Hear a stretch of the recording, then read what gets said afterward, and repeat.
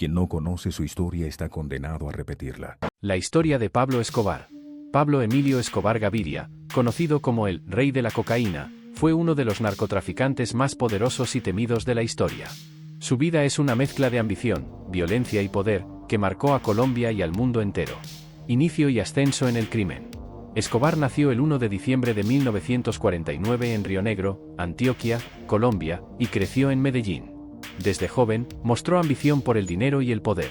Comenzó con pequeños delitos, como contrabando de cigarrillos y autos robados, hasta que en la década de 1970 entró en el negocio de la cocaína. En poco tiempo, fundó el Cartel de Medellín, una organización criminal que llegó a controlar más del 80% del tráfico de cocaína hacia Estados Unidos. Gracias a su inteligencia y brutalidad, convirtió el negocio de la droga en un imperio que generaba millones de dólares al día. Se dice que tenía tanto dinero que gastaba miles de dólares en bandas elásticas para agrupar los billetes. El poder y la guerra contra el Estado.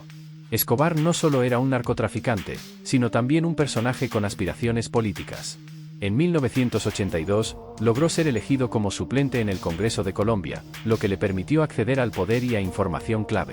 Sin embargo, cuando el gobierno colombiano descubrió la magnitud de su negocio, comenzó su caída. Las autoridades intentaron extraditarlo a Estados Unidos, algo que él jamás permitiría. Su lema era: prefiero una tumba en Colombia que una celda en Estados Unidos. Entonces, desató una guerra contra el Estado. Ordenó asesinatos de jueces, policías, políticos y periodistas. Hizo explotar bombas en ciudades como Bogotá y Medellín. Financiaba sicarios para eliminar a sus enemigos. Escobar Gaviria está dispuesto a pagar la suma de $2.000 en efectivo por cada policía que aparezca muerto. Y si es miembro de la Fuerza Élite Especializada, $5.000 en efectivo. Rueden la voz, vayan a los barrios, a las comunas, a las iglesias, hablen con sus amigos, díganle a todo el mundo. Bueno, señores, el mensaje es claro. El patrón, haciendo uso de su bondad y de su generosidad, los quiere recompensar a todos ustedes.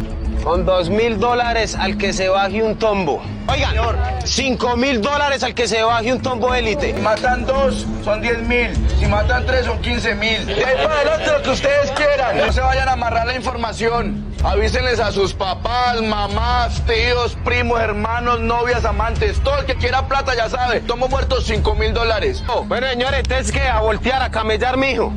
Uno de sus crímenes más impactantes fue la explosión del avión de Avianca en 1989, donde murieron 107 personas. También ordenó el asesinato del candidato presidencial Luis Carlos Galán, quien estaba en contra del narcotráfico. La cárcel de La Catedral y su fuga. Para evitar la extradición, en 1991 Escobar negoció con el gobierno su entrega, pero con una condición: construir su propia prisión, llamada La Catedral. Era más un resort que una cárcel, con lujos como jacuzzi, canchas de fútbol y visitas ilimitadas.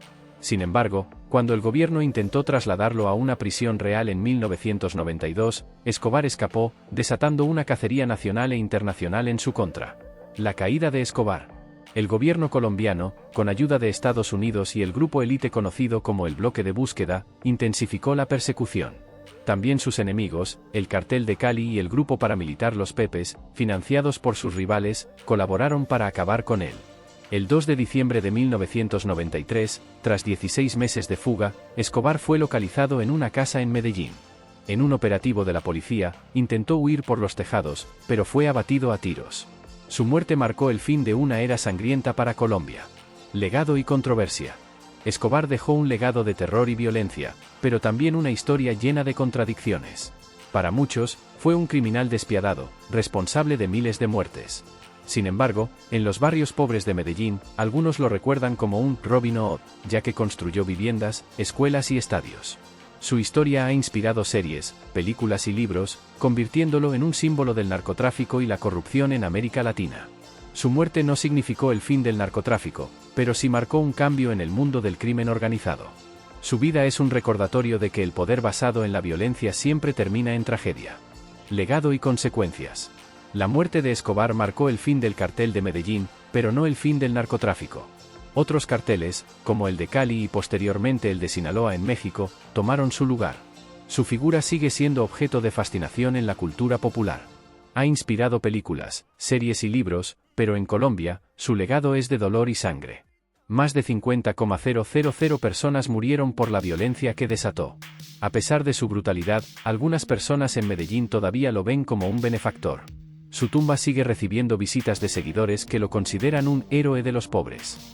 Pero la realidad es que su historia es un recordatorio de cómo la ambición sin límites y la violencia solo llevan a la destrucción. Reflexión final. Pablo Escobar fue uno de los criminales más ricos y poderosos de la historia, pero su historia terminó como la de muchos otros narcotraficantes, solo, perseguido y muerto a tiros en un tejado. Su vida demuestra que el dinero fácil y el poder obtenido con violencia no traen un final feliz. Aunque logró amasar una fortuna gigantesca, nunca pudo disfrutarla plenamente. Hoy, su historia sigue siendo un ejemplo de cómo el crimen organizado puede desestabilizar países enteros, y de cómo el dinero no siempre compra la paz ni la seguridad.